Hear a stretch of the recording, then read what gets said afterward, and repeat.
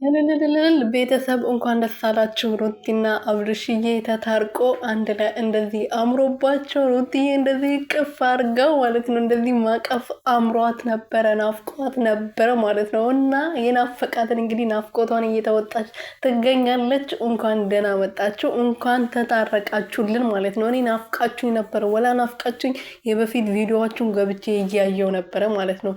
ስትላፉ፣ ስትስመው፣ ስትጠርግለት ኧረ በስመ አብ በጣም ናፍቃችሁኝ ነበረ ማለት ነው።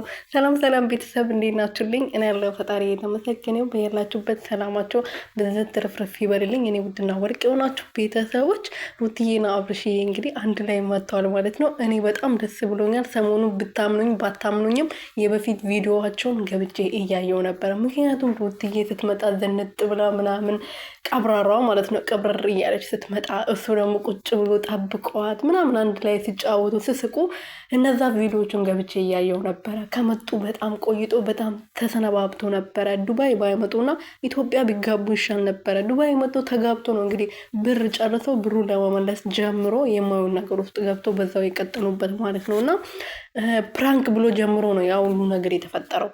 እና እንኳን ደህና መጣችሁ። ለማንኛውም ደስ ብሎኛል የምር